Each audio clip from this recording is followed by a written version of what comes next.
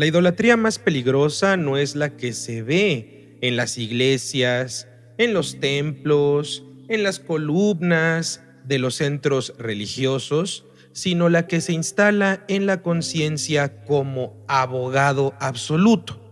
Es el momento en el que el ser humano deja de preguntarse ¿qué quiere Hashem de mí? Y reemplaza todo esto por la siguiente pregunta: ¿qué tipo de poder puedo invocar para que mis deseos parezcan correctos?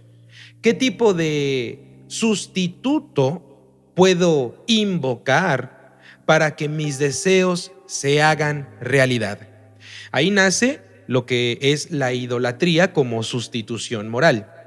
Avodah Zará, que es el término en hebreo para culto extraño o servicio ajeno, no solo roba la teología, sino que roba la moral, la ética y el servicio que tiene que ser exclusivo para Hashem. El Tanaj, con una inteligencia moral afiladísima, denuncia que la idolatría no es un simple error de doctrinas, es una estrategia del yetzer, de la inclinación o el impulso humano para poder legitimar su conducta. En palabras más directas, muchos no adoran porque creen en eso que adoran. Adoran porque necesitan permiso para validar sus cuestiones, sus comportamientos, sus necesidades y falta de control. Necesitan que algo, cualquier cosa que sea creada, los absuelva de poder cambiar y realizar un compromiso con Hashem. Necesitan que cualquier cosa sustituya a Hashem para que entonces puedan ellos sentirse seguros de todo lo que están haciendo. Por eso el Tanaj siempre insiste en que la idolatría y la corrupción social caminan juntas, porque el ídolo no es solo un dios entre comillas para las personas que creen en ídolos, sino más bien estos ídolos, estos intermediarios, son una licencia para la falsedad y la mentira. ¿De dónde nace, quiero preguntarles, esta sustitución? Nace, queridos alumnos, del miedo a la responsabilidad. Y les voy a explicar por qué. Servir a Boré Olam, al creador del mundo, implica una consecuencia inevitable. Tu conducta será juzgada por una medida que tú no puedes controlar. La unicidad divina, Hashem Echad, Hashem es uno y único, destruye la posibilidad de negociar con múltiples autoridades morales o espirituales, por así decirlo. Si Hashem es uno, entonces la verdad moral es una, y eso es lo que a las personas idólatras les quema. ¿Por qué? Porque Hashem te exige teshuvá, te exige retorno, rectificación cuando te desvías. El ser humano, sin embargo, suele preferir el alivio de la excusa barata al dolor de la rectificación. Entonces se pone a fabricar intermediarios, a fabricar ídolos y a veces los fabrica literalmente. A veces también los fabrica conceptualmente. Pero el mecanismo es el mismo: buscar un poder que diga no estás mal, solo estás siendo tú, no te preocupes, conmigo tienes protección, conmigo tienes seguridad, todo es a través de mí, la salvación es a través de mí. Y eso es completamente falso, como se los he repetido en la mayoría de clases de este curso y también de cursos pasados. No se necesita ningún intermediario, por muy sabio, muy puro que sea esta persona creada o cualquier símbolo celestial, no te va a ayudar. ¿Por qué? Porque la relación con Hashem debe ser directa, tú con él y él contigo, sin ningún estorbo. El Tanaj lo retrata todo esto con una ironía feroz cuando nos muestra a la gente corriendo tras Elohim Ajerim, conocidos como los dioses ajenos, y al mismo tiempo se ponen a oprimir a los débiles, a los vulnerables. Y esto no es coincidencia. El Dios falso siempre es muy conveniente para las personas, pero un Dios verdadero te va a incomodar porque ya no puede ser injusto, ya no puedes oprimir. Lo que sí te deja ser un Dios falso, que te acompaña aún en tus pecados. Los profetas son los grandes psiquiatras de la idolatría. Yeshayahu, Yirmiyahu, Yehezkel, Hosea, todos ellos nos muestran que el culto idolátrico no se trata solo de inciensos y estatuas. Se trata de lo que ese culto, esa liturgia, ese ecosistema se crea y te permite. ¿A qué me refiero? Por ejemplo, Baal, que significa señor o un tipo de dios cananeo, en el Tanaj no es solo un nombre ya, es un símbolo de una espiritualidad que se vuelve cómplice de los instintos. ¿Por qué lo digo? Vayamos a investigar un poco qué era lo que se hacía con Baal. La tradición nos cuenta que es un culto ligado a la fertilidad desenfrenada, es decir, un uso de la sexualidad más allá del libertinaje. Está ligado al poder tribal, a la manipulación de fuerzas, a las transacciones rituales que reemplazaban el arrepentimiento por rituales de cualquier cosa para obtener cualquier cosa de beneficio. El profeta no se indignaba únicamente porque el pueblo se equivocaba de templo y entonces se iba con Baal. No, los profetas se indignan porque con ese templo ajeno vino una moral enferma, cancerígena. ¿Por qué lo digo? Porque el Mishpat, que hemos aprendido que es derecho, se torció. La Sedaká, que es la rectitud, se vendió. El huérfano y la viuda fueron ignorados y devorados en la injusticia. El Tanaj hace una ecuación que deberíamos grabarnos todos en nuestra mente y en nuestro corazón. La idolatría es igual a desensibilización moral, y la desensibilización moral es igual a la injusticia estructural de la cual hemos estado hablando en todo el módulo de Dinim. Porque cuando el ser humano cree que puede comprar lo sagrado con ritos, con liturgias, con rezos, aprende a comprar también la justicia con sobornos.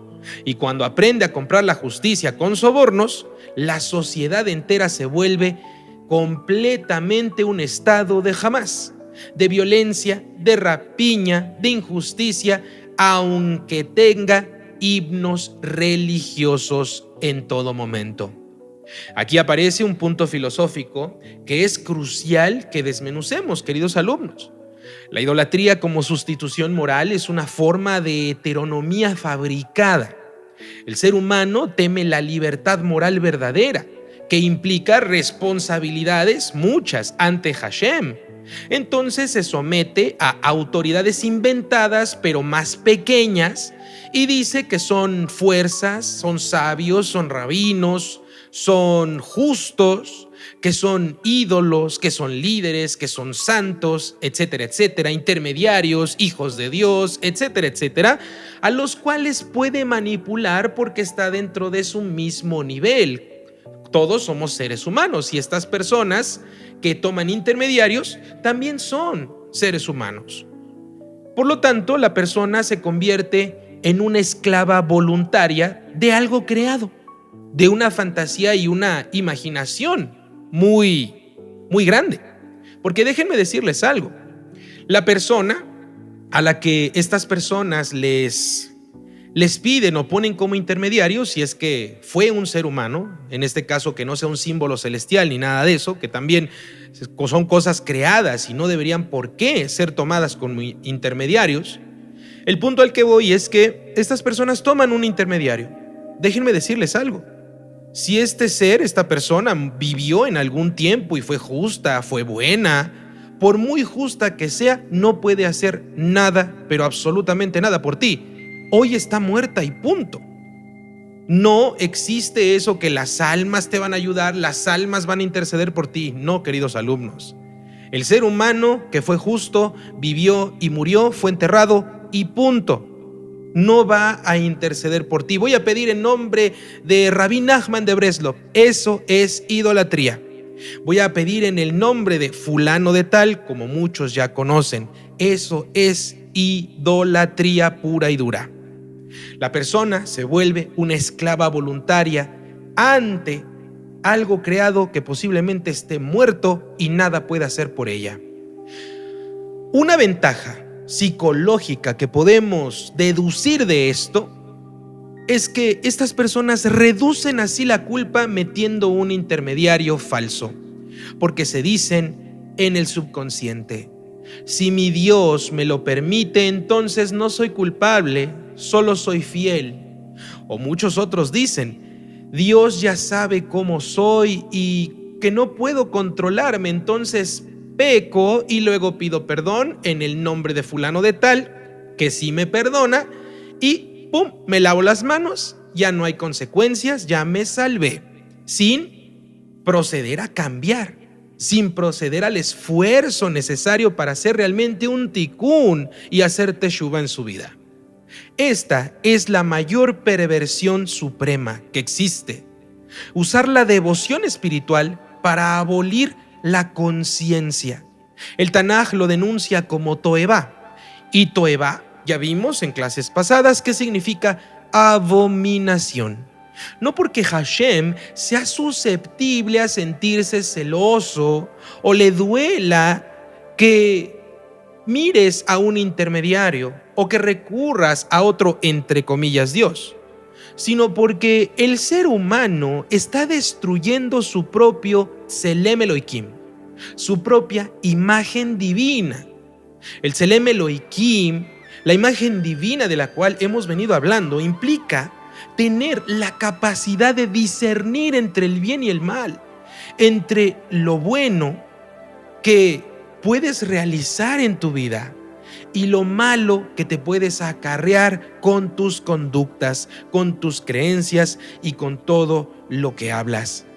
Cuando entregas esa capacidad a un ídolo, a un intermediario, a un santo, etcétera, etcétera, que legitima tus deseos, estás profanando tu propia dignidad espiritual y tu propia dignidad humana.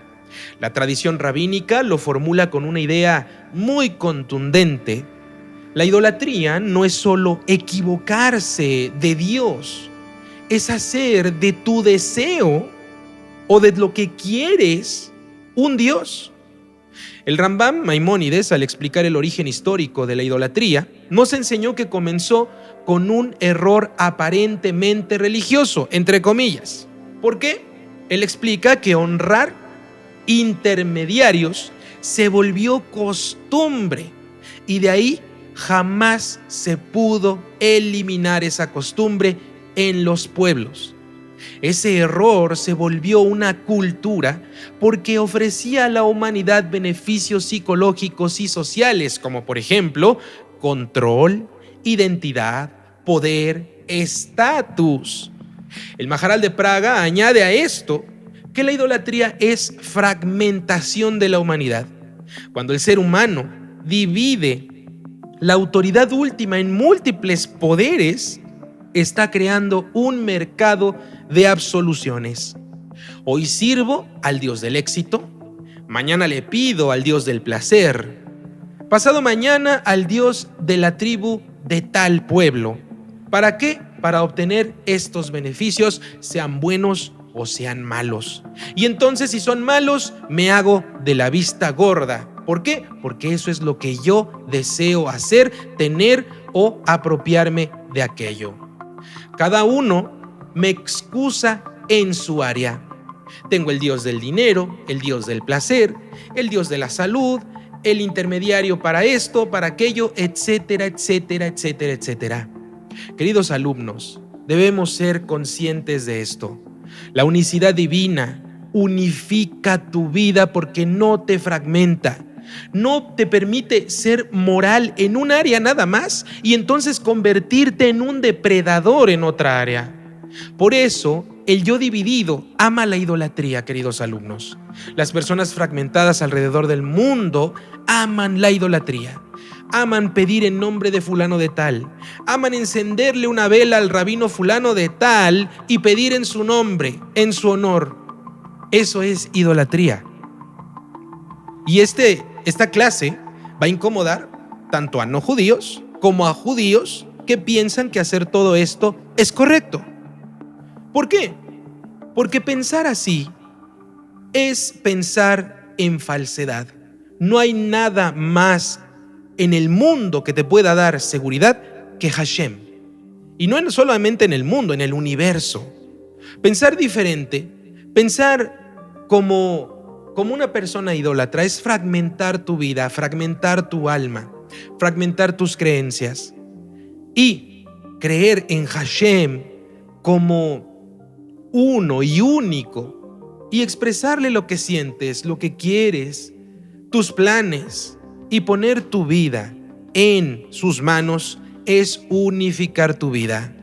No te permite Hashem ser moral en un área, recuerda, y entonces depredador en otra, porque si no, entonces también estás fragmentado.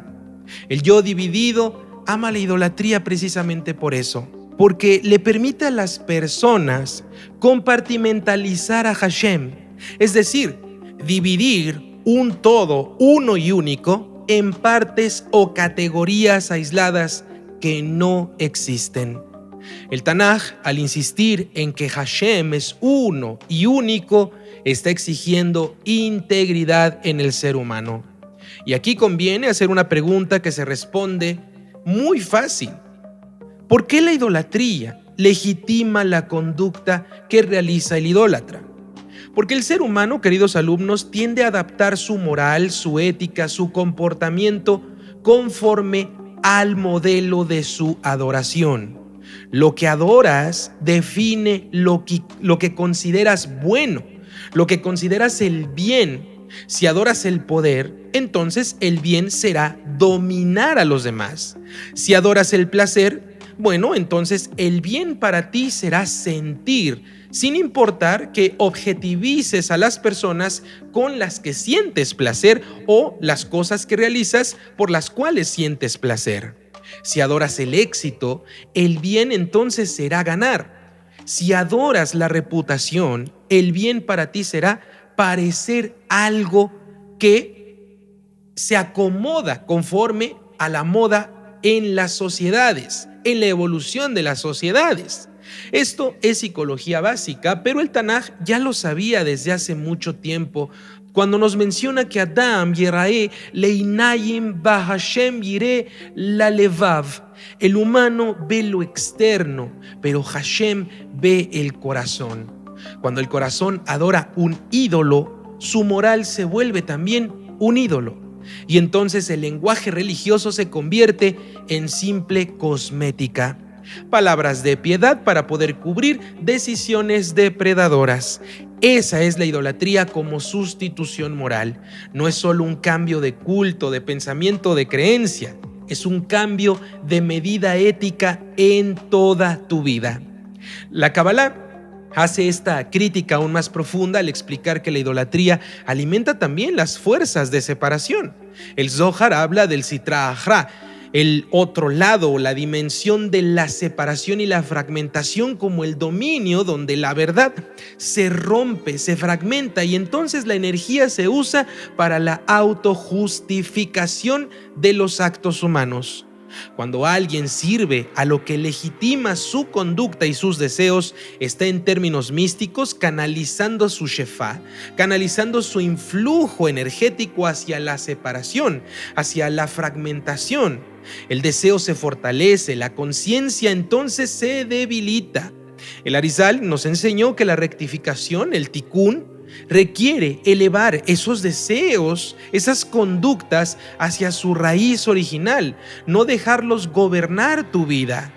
La idolatría hace todo lo contrario. Eleva el deseo de las personas a la categoría de raíz, cosa que no debería ser. Eso invierte el orden de la realidad y esa inversión tarde o temprano se traduce en daño social, porque el deseo desbocado, cuando rige como rey, exige víctimas. La Hasidut traduce esto con un lenguaje que muerde pero sana a la vez. En la Hasidut aprendemos que el Yetzer puede volverse tu rabí falso. Te enseña Torá de la conveniencia. Esto no es tan grave, yo puedo hacer lo que yo quiera. Yo puedo meterme en otro pacto, no importa, voy a imitar a Israel. Dios me entiende que yo lo quiero servir, pero no me reciben en comunidades judías. Yo tengo derecho porque amo a Hashem.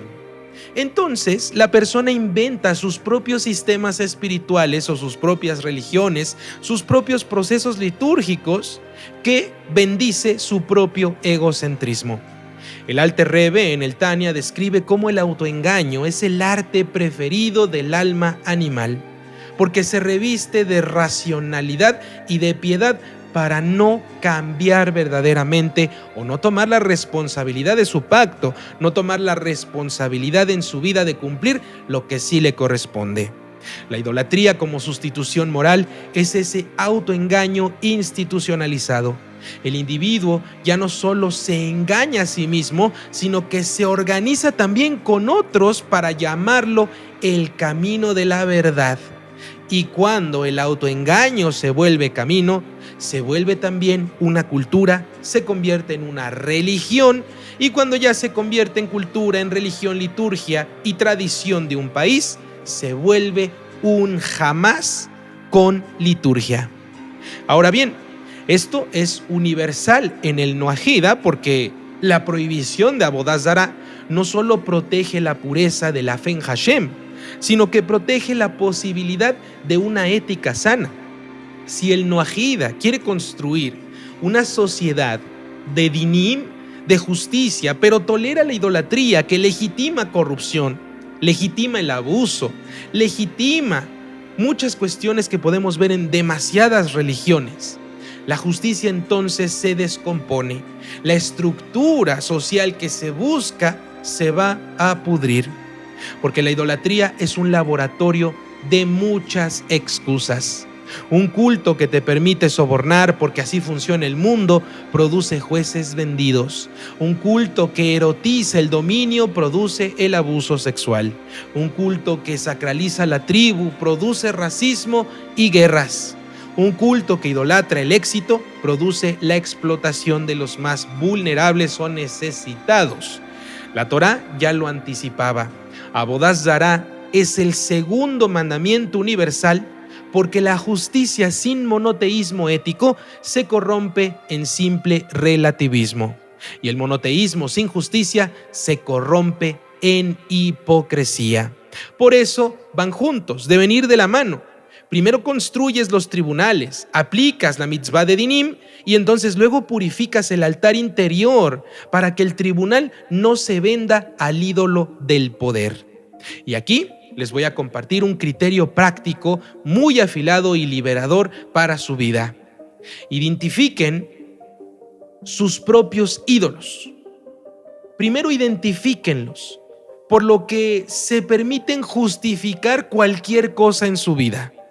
Si hay un poder, ya sea religioso, espiritual, ideológico, cultural, tradicional, etcétera, etcétera, que constantemente los absuelve de reparar sus daños que causan a los demás, entonces comiencen a sospechar.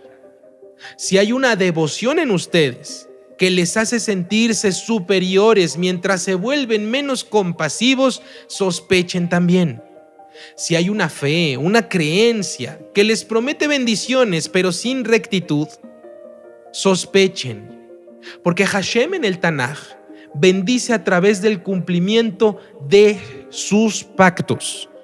Y el pacto, ¿qué exige? Límites, responsabilidades, obligaciones y también bendiciones. Los ídolos bendicen a través de transacciones energéticas. Y la transacción energética no exige ningún cambio real. Por eso es para la gente más factible ir con ídolos, con intermediarios. En ese punto, la idolatría deja de ser un tema de museos y entonces se vuelve un espejo para nuestras vidas, queridos alumnos. ¿Qué estoy sirviendo realmente cuando decido tal o cual situación? ¿La verdad o mi apetito? ¿La justicia o mis deseos? ¿Boré Olam o mi propia imagen? ¿El pacto al que fui convocado desde mi nacimiento o mi comodidad o deseos de superación? Ahora bien, quiero que piensen en algo, quiero que imaginen que sus conciencias son un tribunal. En ese tribunal entra un deseo como acusado y entonces trae a su propio abogado. Y ese abogado es el ídolo conveniente, el cual estamos descubriendo que puede que tengan, que les acabo de comentar cómo identificarlo. Ese ídolo habla bonito ante el tribunal, promete paz falsa, le dice que el daño no importa, y entonces, ¿qué creen? Entra la Torá con toda su majestuosidad, no con gritos, sino con una pregunta sencilla que rompe el hechizo de la idolatría. ¿Esto, querido alumno, querida alumna, te hace más verdadero o solo más excusable? En ese instante, si eres honesto, sientes que la idolatría no es arrodillarte ante la piedra, la madera, el oro, la plata o la cerámica. Es arrodillarte ante tu propia necesidad de no cambiar y justificar todos tus comportamientos. Si eliges levantarte, aunque te tiemblen las piernas, ocurre algo bastante raro de ver, pero muy poderoso. El ídolo va a perder su voz que tú propiamente le vendiste, le regalaste, le entregaste la autoridad de tener voz en tu vida. Tu corazón va a recuperar tu dignidad y la moral va a dejar de ser una negociación para volver a ser lo que siempre debió ser en tu vida. Una lealtad sin sobornos al uno y único Hashem Yitbaraj, que no legitima tus sombras, sino que te da fuerza para transformarlas y convertirte en un ser humano íntegro, verdadero y coherente.